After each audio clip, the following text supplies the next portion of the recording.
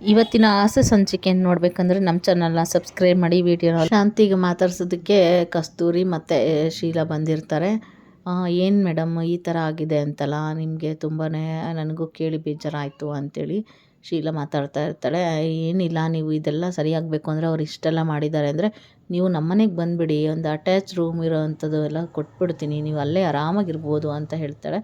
ಅದಾದಮೇಲೆ ರವಿ ಮತ್ತು ಶ್ರುತಿ ಬಂದು, ಏನೂ ಇಲ್ಲ ನಮ್ಮಮ್ಮ ಯಾಕೆ ಈ ಥರ ಮಾಡಬೇಕು, ಹೇಳ್ದೆ ಕೇಳದೆ ಹೋಗೋದು ಅದೆಲ್ಲ ಏನೂ ಇಲ್ಲ, ನಾವೆಲ್ಲ ನೋಡ್ಕೋತೀವಿ, ನಾವೆಲ್ಲ ಎದುರಿಸ್ತೀವಿ ಏನು ಬಂದರು ಅಂತೇಳಿ ಹೇಳ್ತಾಳೆ. ಶ್ರುತಿ ಕೂಡ ಹಾಗೆ ಹೇಳ್ತಾಳೆ. ಆಗ ಮೀನಾ ಬಂದು, ಯಾಕೆ ಹೆದರ್ಕೋಬೇಕು, ನಮ್ಮ ಅತ್ತೆ ನಾವು ಹೆಂಗೆ ನೋಡ್ಕೋಬೇಕು ಅಂತ ಗೊತ್ತಿದೆ ಅಂತ ಹೇಳಿದಾಗ ಮೀನಂಗೆ ನೋಡಿಬಿಟ್ಟು ಟೀಚರಿಗೆ ಸಪೋರ್ಟ್ ಮಾಡೋರು ತುಂಬ ಜನ ಇದ್ದಾರೆ ಅಂತ ಗೊತ್ತಾಯಿತು. ಆದರೆ ಮೀನಾ ಯಾಕೋ ಅವ್ರ ಅತ್ತೆ ಮೇಲೆ ಏನೋ ಮಾತಾಡೋ ಥರ ಅನ್ನಿಸ್ತಾ ಇದೆಲ್ಲ ಅಂತ ಹೇಳಿದಾಗ ಅವ್ರ ಅತ್ತೆ ಹಾಗೇನಿಲ್ಲ ಅಂತೇಳಿ ಸುಮ್ಮನೆ ಇರ್ತಾಳೆ. ಟೀಚರ್ ನಾನಿನ್ನು ಬರ್ತೀನಿ, ನೀವು ಯಾವುದಕ್ಕೂ ಇದೆಲ್ಲ ಸರಿಯಾಗಬೇಕು ಅಂತ ಹೇಳಿದ್ರೆ ದೇವಸ್ಥಾನದಲ್ಲಿ ಹೋಗಿ ನೆಲದ ಮೇಲೆ ಹೋಗಿ ಊಟ ಮಾಡ್ಕೊಳ್ಳೋದು ಒಳ್ಳೆಯದು, ಪ್ರಸಾದ ತೊಗೊಂಡ್ರೆ ಎಲ್ಲನೂ ಸರಿಯಾಗುತ್ತೆ ಅಂತ ಹೇಳ್ಬಿಟ್ಟು ಹೋಗ್ತಾಳೆ ಅಲ್ಲಿಂದ. ಕಸ್ತೂರಿ ಹೇಳ್ತಾಳೆ, ಶಾಂತಿ ಶೀಲಾ ಅವ್ರು ಹೇಳ್ದಂಗೆ ನಾವು ಅವ್ರ ಮನೆಗೆಲ್ಲಾದರೂ ಹೋಗ್ಬಿಡೋಣ ಏನೋ ಕಣೆ, ಹೋಗ್ಬಿಡೋಣ ಅಂತ ಕೇಳಿದಾಗ ಏನೂ ಇಲ್ಲ, ನೀನು ಯಾಕೆ ಅಷ್ಟೊಂದು ತಲೆ ಕೆಡಿಸ್ಕೊತಾ ಇದೆಯಾ ಅಂತೇಳಿ ಹೇಳ್ತಾಳೆ.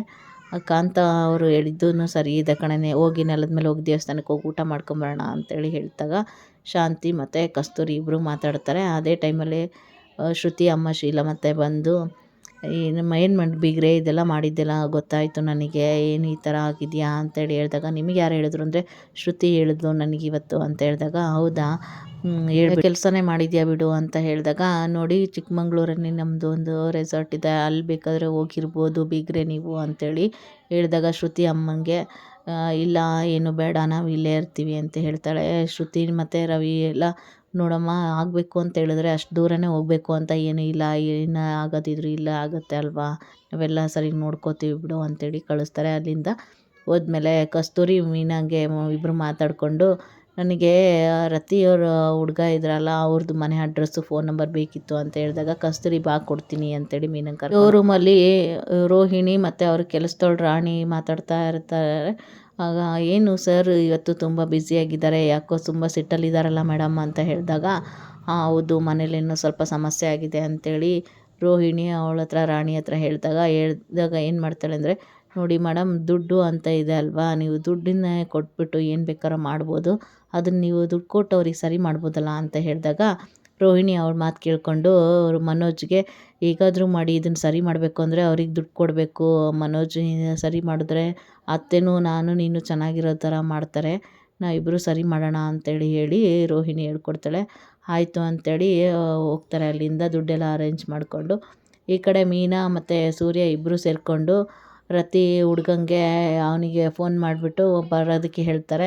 ಬರೋದಕ್ಕೆ ಹೇಳಿದ್ಮೇಲೆ ಅವಳು ಸಾಯ್ತಾ ಇದ್ದಾಳೆ, ವಿಷ ಕುಡ್ದಿದ್ದಾಳೆ ಅಂತ ಹೇಳಿದಾಗ ಅವನು ಆಯಿತು ನೀವು ಎಲ್ಲಿ ಹೇಳ್ತೀರೋ ಅಲ್ಲಿಗೆ ಬರ್ತೀನಿ ಅಂತ ಹೇಳಿ ಅಲ್ಲಿಂದ ಮನೋಜು ರೋಹಿಣಿ ಇಬ್ಬರು ದುಡ್ಡು ಅರೇಂಜ್ ಮಾಡಿಕೊಂಡು ಅಲ್ಲಿಂದ ನಾವು ಏನು ಮಾಡೋದು ಇದನ್ನು ಸರಿ ಮಾಡಲೇಬೇಕು ಅಂತೇಳಿ ಹೇಳಿ ರತಿ ಮನೆಗೆ ಹೋಗೋಣ ಅಂತೇಳಿ ಮಾತಾಡ್ತಾರೆ. ಅಲ್ಲಿ ಹೋದ್ಮೇಲೆ ಹೊರ್ಗಡೆ ನಿಂತ್ಕೊಂಡು ಮನೋಜ್ ಏನಾದರೂ ಮಾಡಿ ಇದನ್ನು ಹುಷಾರಾಗಿ ರೋಹಿಣಿ ಮನೋಜ್ ಮಾತಾಡಿಕೊಂಡು ಒಳಗಡೆ ಹೋಗ್ತಾರೆ. ಅದಕ್ಕಿಂತ ಮುಂಚೆ ರೋಹಿಣಿ ಮತ್ತು ಮನೋಜು ಮಾತಾಡಿದ್ದನ್ನ ಅವರು ಕೇಳಿಸ್ಕೊತಾ ಇರ್ತಾರೆ. ಆಗ ರತಿ ಅವ್ರ ಮನೆಯವರೆಲ್ಲ ಕೂತ್ಕೊಂಡು ಮಾತಾಡ್ತಾ ಇರ್ತಾರೆ. ಅವ್ರ ಅಪ್ಪ ಬೈತಾನೆ. ಆಗ ಇಲ್ಲಪ್ಪ ಒಳ್ಳೆಯನಿದ್ದಾನೆ ಅವನು ಅಂತೇಳಿ ಮಾತಾಡಿದಾಗ, ಒಳ್ಳೆಯನಿದ್ದಾನಂತೆ ಸುಮ್ಮನೆ ಇರೆ ಸಾಕು, ನಿನಗೆ ಕಾಲೇಜಿಗೆ ಅಂತ ಕಳಿಸಿದ್ದು ಸ್ಕೂಲಿಗೆ ಅಂತ ಕಳಿಸಿದ್ದು ನಿನಗೆ ಇದಕ್ಕೇನಾ ಅಂತೇಳಿ ಬೈತಾರೆ.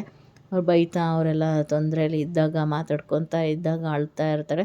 ಎಂಥ ಕೆಲಸ ಮಾಡ್ಕೊಂಬಂದಿದ್ಯಾ ನೀನು, ನಾನು ನಿನ್ನ ಮಾತು ಕೇಳಿದ್ದು ಯಾಕೆ ಅಂತೇಳಿದ್ರೆ ನಮ್ಮ ಮಾತು ನೀನು ಮುಂದೆ ಕೇಳ್ತೀಯಾ ಅಂತ ನಾವು ಮಾಡಿದ್ದು ಅಷ್ಟೇ ಅಂತ ಮಾತಾಡ್ತಾರೆ. ಆಗ ರೋಹಿಣಿ ಮನೋಜು ಒಳಗಡೆ ಹೋಗಿ, ನೋಡಿ ಇವಳು ನನ್ನ ಹೆಂಡ್ತಿ ಅಂತೇಳಿ ಒಳ್ಳೆ ಖುಷಿಯಾಗಿ ಮಾತಾಡ್ತಾ ಇರ್ತಾರೆ. ರೋಹಿಣಿ ಮತ್ತು ಮನೋಜ್ ಇಬ್ರೂ ಮಾತಾಡಿದ್ದನ್ನು ಎಲ್ಲರಿಗೂ ಸುಮ್ಮನೆ ನೋಡ್ತಾ ಇರ್ತಾರೆ. ನೋಡಿ ಹೇಗಾದರೂ ಮಾಡಿ ಸರಿ ಮಾಡಬೇಕು ಅಂತೇಳಿದ್ರೆ ನಾನು ನಿಮಗೆ 1 ಲಕ್ಷ ಕೊಡ್ತೀನಿ, ಅದನ್ನು ಡೆಪಾಸಿಟ್ ಮಾಡ್ಕೊಂಬಿಡಿ, ಆರಾಮಾಗಿ FD ಮಾಡ್ಕೊಂಬಿಟ್ರೆ ದುಡ್ಡು ಬರುತ್ತೆ, ಯಾಕೆ ಇಷ್ಟೊಂದು ತಲೆ ಕೆಡಿಸ್ಕೊತೀರಾ, ಮಗುನ ತೆಗೆಸ್ಬಿಟ್ರೆ ಆಯಿತು, ನೀವು ಇದು ಅಷ್ಟೇ, ಇದೇ ಸಿಂಪಲ್ ಇದೆ ಅಂತೇಳಿ ಹೇಳಿದಾಗ ಮನೆಯವರೆಲ್ಲ ಮುಖ ನೋಡ್ಕೊತಾರೆ. ರತಿಯವ್ರ ಅಪ್ಪ ಬೇರೆ ಸಿಟ್ಟು ಬಂದು ಮನೋಜನ್ನ ಕರ್ಕೊಂಡೋಗಿ ಒಳಗಡೆ ರೂಮಲ್ಲಿ ಚೇರಿಗೆ ಕಟ್ಟಾಕಿ ರೂಮಲ್ಲಿ ಹಾಕ್ತಾರೆ. ಆಗ ಮನೋಜು ಏನು ಮಾಡೋದು ನೀವು ಈ ಥರ ಮಾಡ್ತಿದ್ದೀರಾ ಅಂತ ಕೇಳಿದಾಗ ರೋಹಿಣಿ ಮತ್ತು ಮನೋಜ್ ಇಬ್ರು ರೂಮಲ್ಲೇ ಇರ್ತಾರಲ್ಲ, ಆವಾಗ ನೀನು ಏನಾದರೂ ಅವನಿಗೆ ಕಟ್ಟು ಬಿಚ್ಚಿದ್ರೆ ಸರಿ ಇರಲ್ಲ, ಅಷ್ಟೇ ನಿನಗೂ ಕೂಡ ಕಟ್ಟಾಕ್ಬಿಡ್ತೀನಿ ಅಂತೇಳಿ ರೋಹಿಣಿಗೆ ಮನೋಜ್ಗೆ ಹೇಳಿ ಹೋಗ್ತಾರೆ.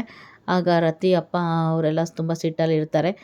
ಇದಾದಮೇಲೆ ಈ ಕಡೆ ಮೀನಾ ಮತ್ತು ಸೂರ್ಯ ಇಬ್ರು ರತಿ ಹುಡ್ಗನಿಗೆ ಕರೆಸಿರ್ತಾರಲ್ಲ, ಅವನು ಬರ್ತಾನೆ. ಮೀನಾನ ಒಬ್ಬಳೇ ಅಲ್ಲಿರೋ ಥರ ಮಾಡಿ ಸೂರ್ಯ ಅವ್ರ ಫ್ರೆಂಡ್ಸ್ ಎಲ್ಲ ಆ ಕಡೆ ಹೋಗಿ ಬಚ್ಚಿಟ್ಕೋತಾರೆ.